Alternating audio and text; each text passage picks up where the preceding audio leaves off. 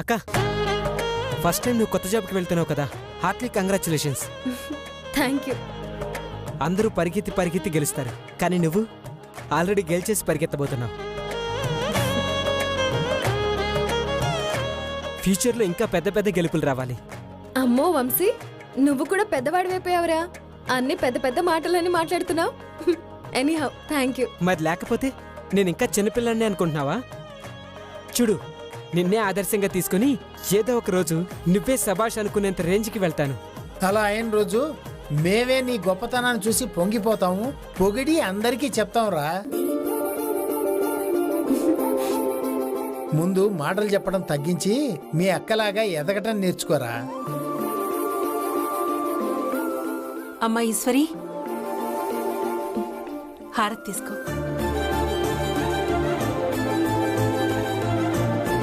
చూడమ్మా ఈశ్వరి, ప్రతి ఒక్కరి జీవితంలోనూ ఎత్తుపల్లాలు హెచ్చుతగ్గులు అన్నీ వస్తూనే ఉంటాయి. సంతోషం వచ్చినప్పుడు సంబరపడిపోయి, దుఃఖం వచ్చినప్పుడు దిగులు పడిపోకూడదు. ఏదైనా మన మంచికే అనుకుని ముందుకు సాగిపోవాలి. ఇప్పటి వరకు ఏం జరిగిందనేది వదిలేసేయి. ఇకపై నువ్వు చేయబోయే దాని మీద శ్రద్ధ పెట్టు.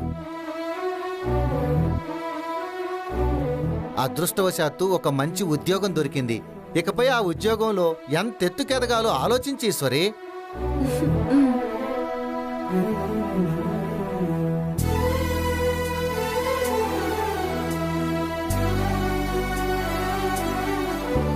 నన్ను దీవించండి తాతయ్య.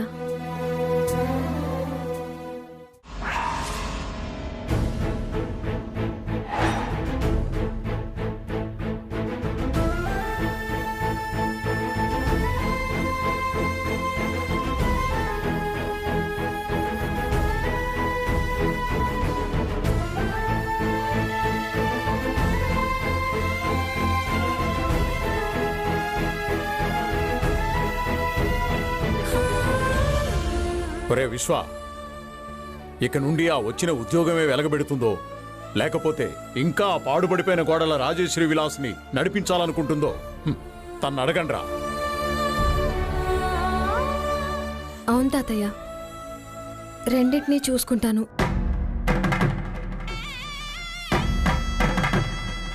ఎందుకంటే షెఫ్ ఉద్యోగం నాకు సంపాదన ఇస్తే, రాజేశ్వరి విలాస్ నాకు సంతృప్తినిస్తుంది. అందుకే రెండింటినీ చూసుకుంటాను. దమ్మిడి ఆదాయం రాని ఆ దిక్కుమాలిన హోటల్ని ఇంకెన్ని రోజులు చూసుకుంటుందిరా? పేడా విరగడైపోయిందని వదిలేక ఇంకా ఎందుకు పట్టుకుని వేలాడుతుంది? వీర్రాజు అప్పు తీరిపోయింది, ఇంకా రాజేశ్వరి విలాస్తో వచ్చిన తలనొప్పి ఉందండి మీకు. దాన్ని నడిపించాలన్నది వాళ్ళమ్మ ఆశయం కదా. అవును తాతయ్య, ఆ హోటల్ని నడపడం, 10 మందికి భోజనం పెట్టడం మా అమ్మ ఆశయం. నేనేం చేసినా, ఎంత ఎత్తుకెదిగినా రాజేశ్వరి విలాస్ని వదులుకోను. మా అమ్మ ఆశయాన్ని మర్చిపోను. ఆ పాడుబడిపోయిన హోటల్ని చూసే పెళ్లి సంబంధాలు కూడా రావడం లేదు. పెళ్ళయ్యాక సంసారం చేస్తుందా, సేవలు చేస్తుందా అని ప్రశ్నిస్తున్నారు.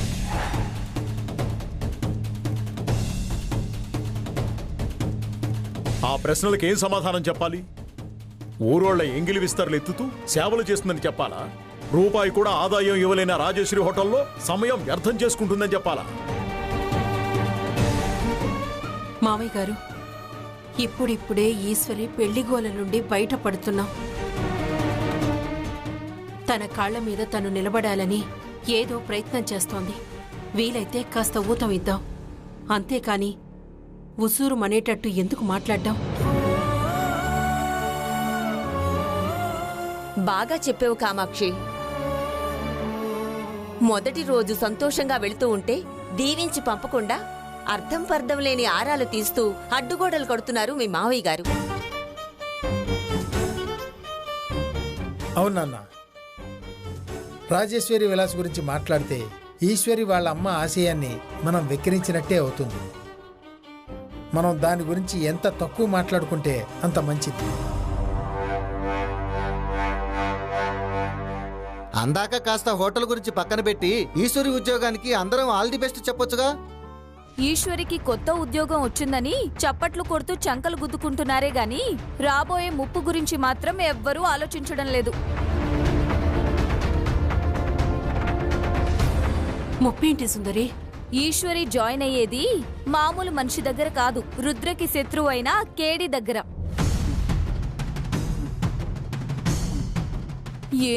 ఏనుగులు తన్నుకుంటే మధ్యలో ఎలుకలు చచ్చినట్టు వాళ్ళిద్దరి మధ్యలో పడి ఈశ్వరి ఏమైపోతుందా అని ఆలోచించమంటున్నాను. ఆకాశం విరిగి పడుతుందని భయపడి ఉరిమినప్పుడల్లా ఇంట్లోకి పరిగెత్తిందంట నీలాంటిదొకటి. జరుగుతుందో లేదో తెలియని దాని గురించి ఇప్పుడే జాగ్రత్తలెందుకు? అయినా ఆ రుద్ర కేడి కొట్టుకుంటారు, తిట్టుకుంటారు, కావాలంటే చంపుకుంటారు. మధ్యలో ఈశ్వరికి సంబంధమేమిటే? అమ్మా ఈశ్వరి, ఈ మాటలన్నీ ఏవీ పట్టించుకోకు. కొత్త ఉద్యోగానికి కొత్త ఉత్సాహంతో వెళ్ళు. నీ కొత్త జీవితాన్ని మొదలుపెట్టు. All the best Eshwari. Thanks నానమ్మ. వెళ్ళొస్తాను పెద్దమ్మ. జాగ్రత్త.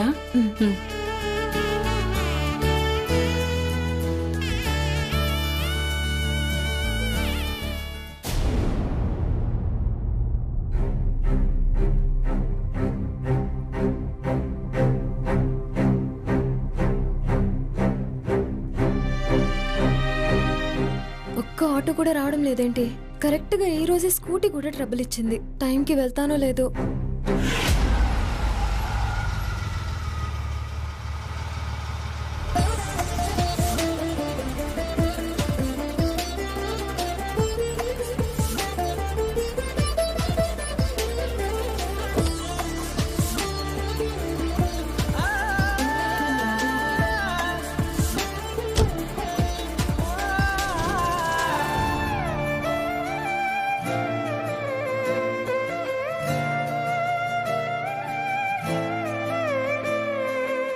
డ్రాప్ చేస్తాను. రా ఈశ్వరి. పర్లేదు, నేను ఆటోలో వెళ్తాను. ఫస్ట్ డే కదా, టైంకి వెళ్ళకపోతే బాగోదు. ఫస్ట్ డే నుంచే బెస్ట్ అనిపించుకుంటే ఆ ఇంప్రెషన్ వేరేలా ఉంటుంది. రా. నాకింకా టైం ఉంది, పర్లేదు. అసలే సమ్మర్, ఈ ఎండలో వెయిట్ చేసి చెమటలు కక్కుతూ వెళ్తావా? షెఫ్కి ఉండాల్సిన మొదటి లక్షణం ఏంటో తెలుసా? ఎప్పుడూ ఫ్రెష్గా, హైజీనిక్గా కనిపించడం. నువ్వు ఇలాగే వెళ్తే నీ మీద ఉన్న గుడ్ ఇంప్రెషన్ కూడా పోతుంది.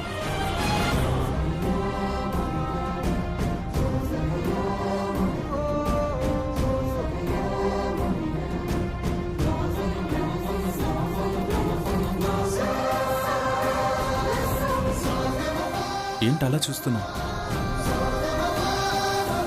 పద వెళ్దాం.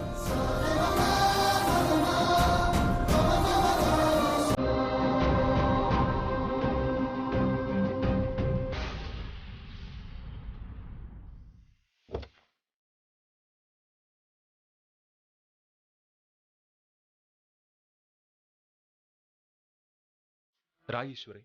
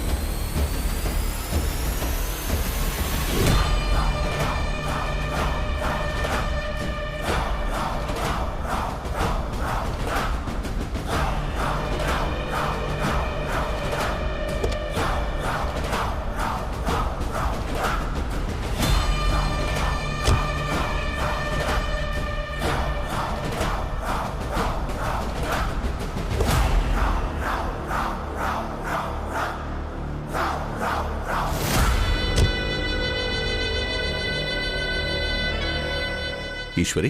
గుడ్ మార్నింగ్ కేడి గారు. మీరేంటి ఇక్కడ? ఏం లేదు ఈశ్వరి, ఈరోజు నీకు ఫస్ట్ డే కదా, పిక్ చేసుకుని తీసుకెళ్దామని వచ్చాను. అయ్యో మీకెందుకు శ్రమ, నేనే వచ్చేస్తాను కదా. నువ్విలా ఆటోల కోసం ఎదురు చూడడం, ఎవరు పడితే వాళ్ళు లిఫ్ట్ ఇస్తే వాళ్లతో వెళ్లటం లాంటివన్నీ చేయడం ఎందుకు చెప్పు. అందుకే నేనే నేరుగా వచ్చాను. అయినా ఏముందిలేండి కేడి గారు, నాకు నేనుగా రావడం అలవాటు చేసుకోవాలిగా. ఎంతైనా సూపర్ షెఫ్ కాంపిటీషన్ గెలిచిన దానివి, నీకిచ్చే గౌరవం నేనివ్వాలి కదా.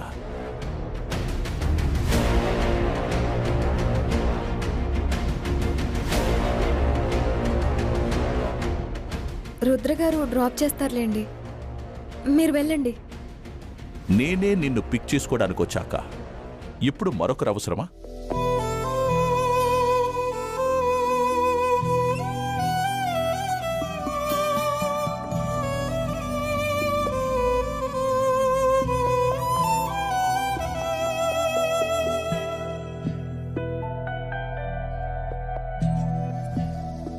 ఏమంటాం? సరేనండి కేడి గారు, వస్తాను.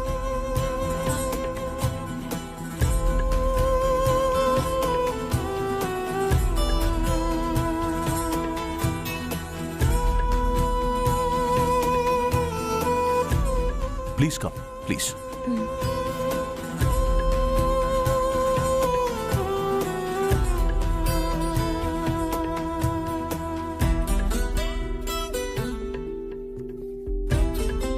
డ్రాప్ చేస్తానన్నందుకు చాలా థ్యాంక్స్ రుద్ర గారు.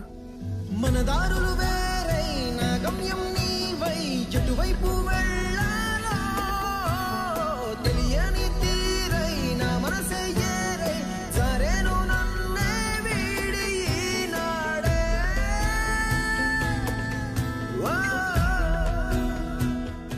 ఒక్క నిమిషం ఈశ్వరి, రుద్రగారిని పలకరించొస్తాను. నువ్వు కూర్చో.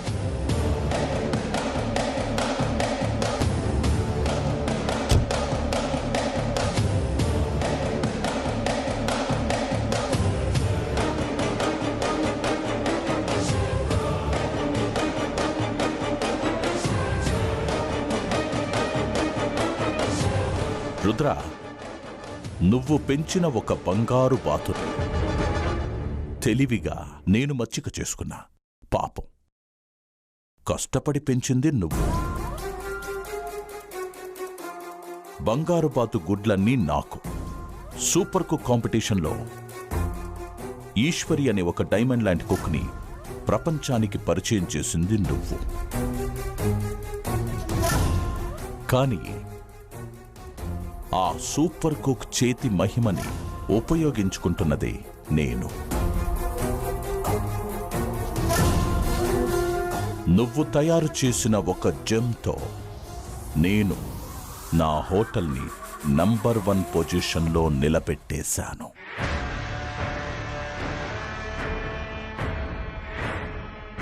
భలే విచిత్రంగా ఉంది కదా. ఇదే రుద్ర బిజినెస్ స్ట్రాటజీ అంటే. నీ వేలుతో నిన్నే పొడవడం అంటే ఇదే. మరి నువ్వొదిలిన బాణం నీ గుండెల్లోనే గుచ్చుకుంది. పిటి Rudra.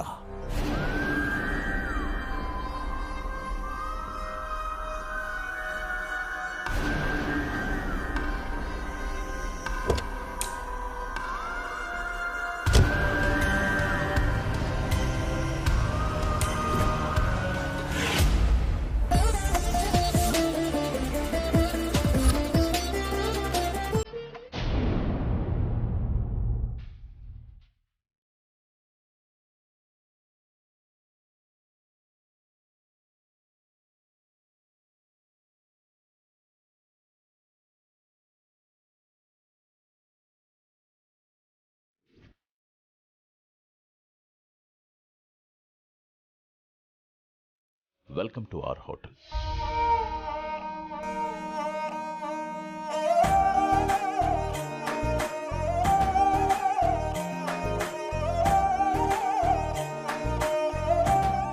Welcome to our hotel, Ishwari. Thank you very much, sir. Eshwari రా, హోటల్ మొత్తం చూపిస్తాను.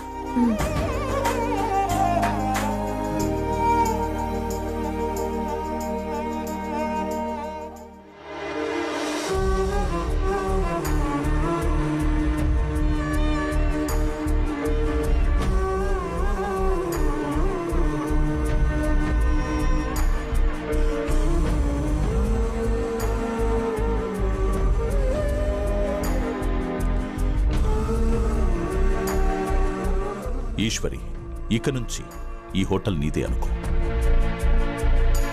Eshwari, I'm feeling very happy. ఎందుకో తెలుసా? ఇండియాస్ బెస్ట్ షెఫ్ ఇప్పుడు నా హోటల్లో పనిచేస్తోంది.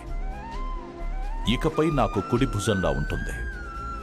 ఈ హోటల్ రంగంలో కేడీ గ్రూప్ ఆఫ్ హోటల్స్ చరిత్రని తిరగరాస్తుంది. నీ మీద నాకు అంత నమ్మకం ఉంది ఈశ్వరి. థ్యాంక్ యూ కేడీ గారు. చూడు ఈశ్వరి, చీఫ్ షెఫ్గా నీకు సర్వ అధికారాలు ఇస్తున్నాను. ఏం చేయాలన్నా, ఎలా చేయాలనుకున్నా నీ సొంత నిర్ణయాలు నువ్వు తీసుకోవచ్చు. ఎవరినైనా ఏదైనా అడగొచ్చు, ఎవరినైనా ఏదైనా ఆదేశించొచ్చు. సిటీలో ఉన్న మన 5 హోటల్స్ని నువ్వు ఇక్కడి నుంచే సూపర్వైజ్ చేయొచ్చు. అలాగే కేడీ గారు. కానీ ఒక్కటి మాత్రం గుర్తుపెట్టుకో, మన హోటల్లో ఏ డిష్ తిన్నా అందరూ ఖుష్ అయిపోవాలి. ఏ రెసిపీకైనా రెస్పాన్స్ అదిరిపోవాలి. సిటీలో బెస్ట్ ఫుడ్కి కేర్ ఆఫ్ అడ్రస్ అంటే కేడీ గ్రూప్ ఆఫ్ హోటల్స్ అని అందరూ అనుకోవాలి. డోంట్ వరీ కేడీ గారు, అవన్నీ నేను చూసుకుంటాను. మీకు ఎలాంటి మాట రానివ్వను. నా శక్తి మేరకు నేను ఖచ్చితంగా పనిచేస్తాను. Thank you so much Eshwari. Satyam sir, ఈశ్వరికి మన స్టాఫ్ని పరిచయం చేయి. కిచెన్ రూమ్స్ అన్ని చూపించు. Okay sir. Eshwari, carry on with your work. ఓకేనా? ఓకే. రండి మేడం. ఈశ్వరి, నీకు రుద్రకి అసలేంటి?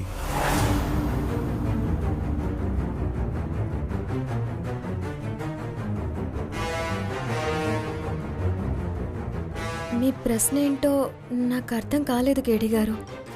మీ పరిచయం కాంపిటీషన్ వరకే ఉందా, లేక కాస్త ముందుకెళ్ళి పర్సనల్ రిలేషన్షిప్లా మారిందా అని?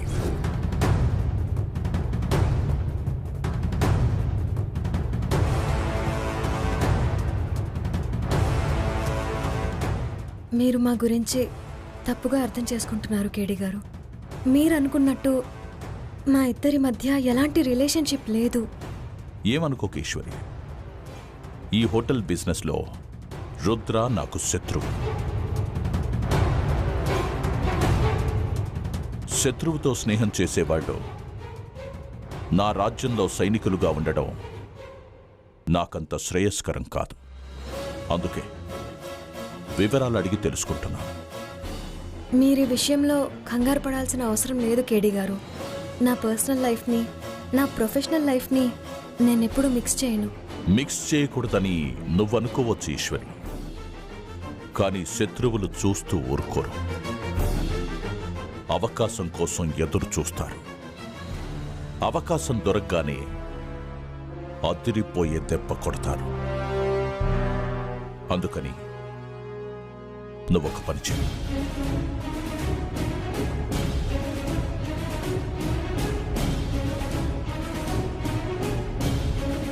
ఇక నుంచి ఆ రుద్రకి, ఆ రుద్ర స్నేహానికి కాస్త దూరంగా ఉండు. కాస్త కాదు, పూర్తిగా. ఇంకా చెప్పాలి అంటే నేను ఎలా శత్రువులా చూస్తున్నానో నువ్వు కూడా రుద్రని అలాగే శత్రువులా చూడాలి.